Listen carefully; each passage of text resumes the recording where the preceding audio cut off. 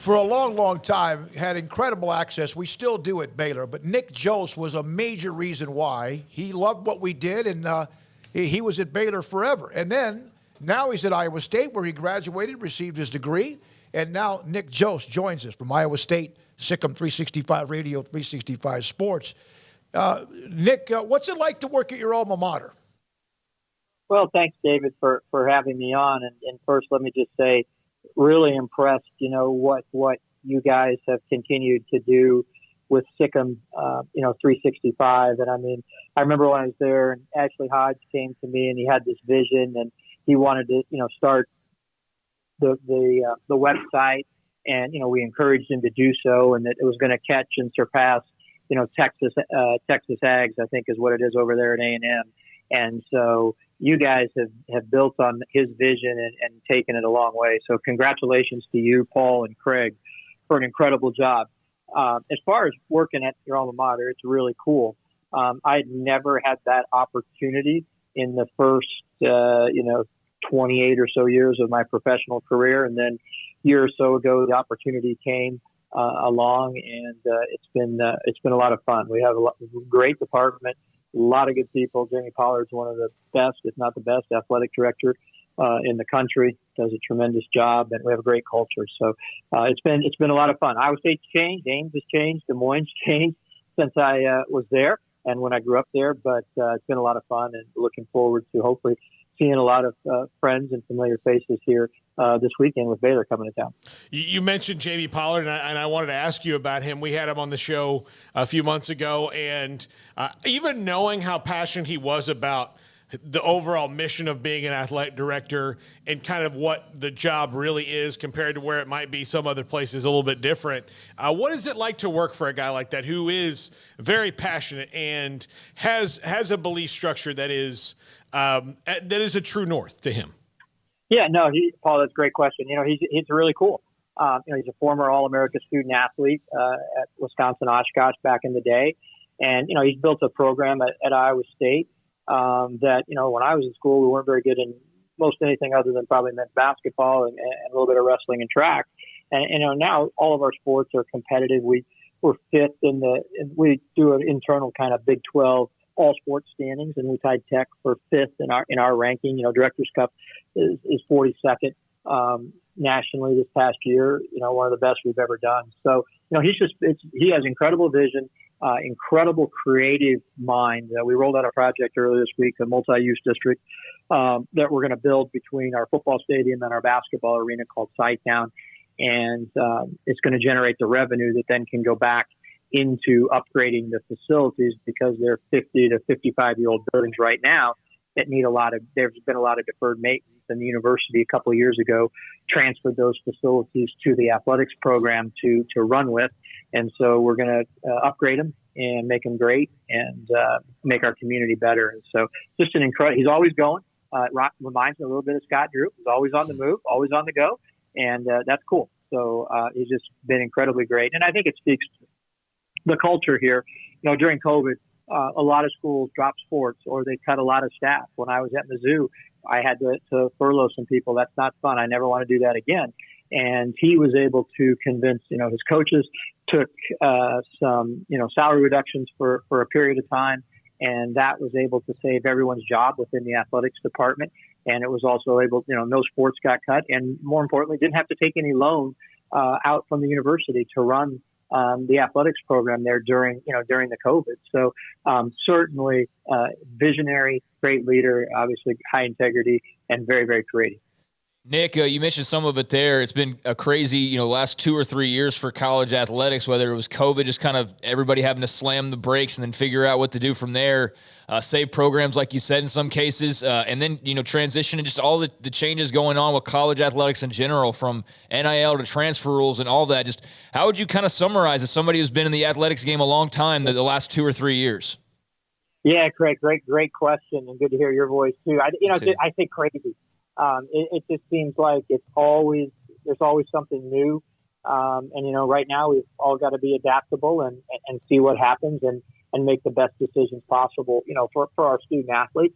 And I think, everybody certainly is trying to do that. I think the good news for Iowa State and for Baylor and the other 8 schools or 6 schools, I guess I should say, that are going to stay in the Big 12 here in a few years is I think we all stick together. We add the 4 schools.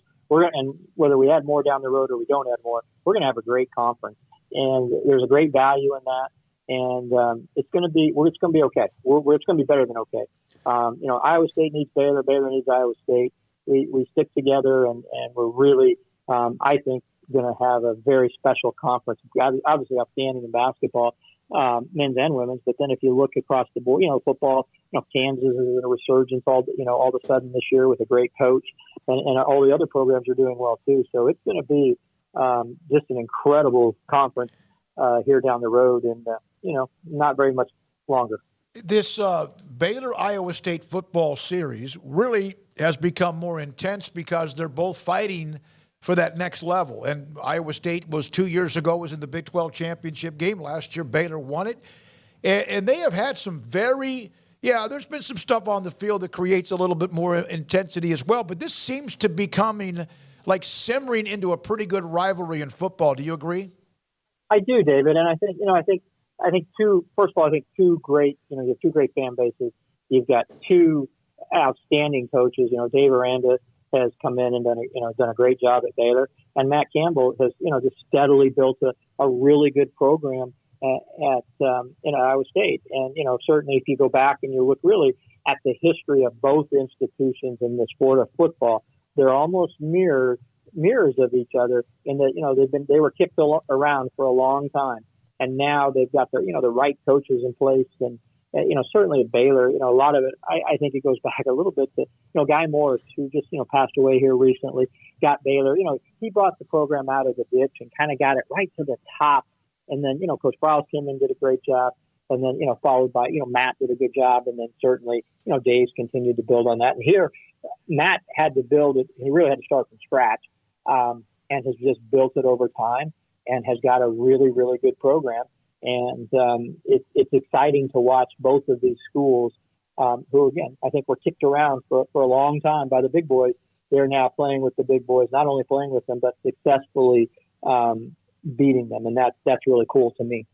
Nick, we talked about Guy a lot when he passed away. And I think people who may not realize just because they look at the record and go, oh, well, they still didn't go to a bowl game. They didn't win a lot while he was there, but he stepped into a situation at Baylor, and you were here then and helping with that, and took a program that was very antiquated and was the first guy in a long time who started putting modern ideas into it. What was it like to be here then with Guy Morris when he was, like Matt Campbell, starting from the bottom?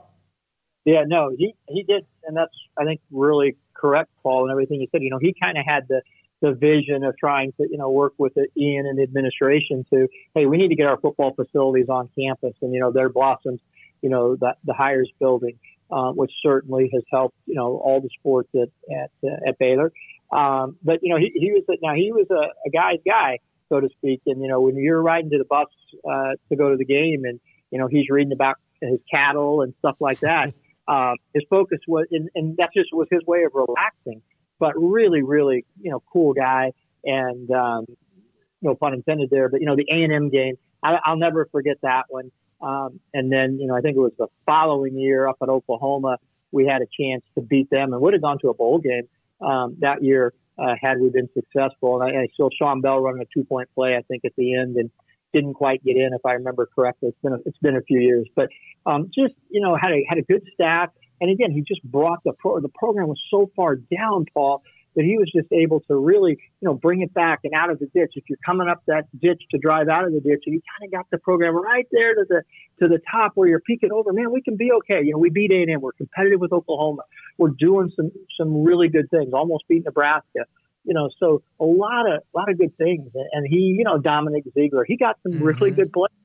That early on, Sean Bell was a great player and got some players that really, Jason Smith, that really were, some of them really had great success, in the first few years after Coach Morris left, that, was a good little nucleus for Coach Browse and his staff.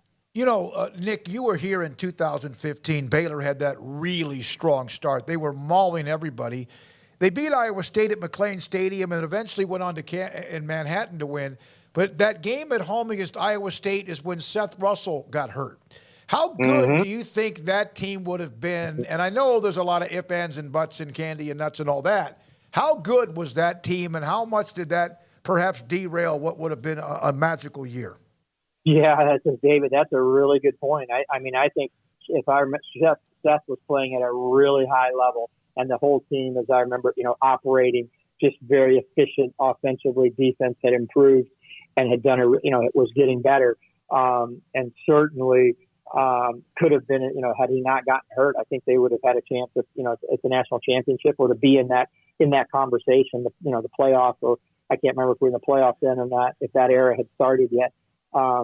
But very, just what a wonderful person Seth was, but B, just he had really, he'd waited his turn and had really a good command of the offense, and really had his team positioned, for really good things to happen. That was very sad. I have been to Ames for a football game and also for a men's basketball game, and I tell you what, what they do at the Coliseum, Hilton Coliseum, is crazy good. The atmosphere, but I think what Ames does outside the stadium, the tailgating, the atmosphere. It seems like it's middle America, right?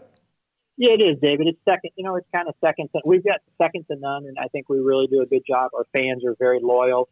We'll have close to a sellout, if not a sellout, on Saturday. One thing that we have that a lot of other schools don't have is that we have land around our stadium, and so we're able to capitalize on that with a great tailgating atmosphere for our fans, great parking that's close, and things like that. And we're going to use a little bit of this land for this multi-use district, but it's still we're still tailgating is still at the forefront, and we're not going to do anything to damage or impact our tailgating. But it's a special place, a lot of loyal people, and it's a lot of fun. Had you ever run into Matt Campbell prior to him becoming the head coach at Iowa State?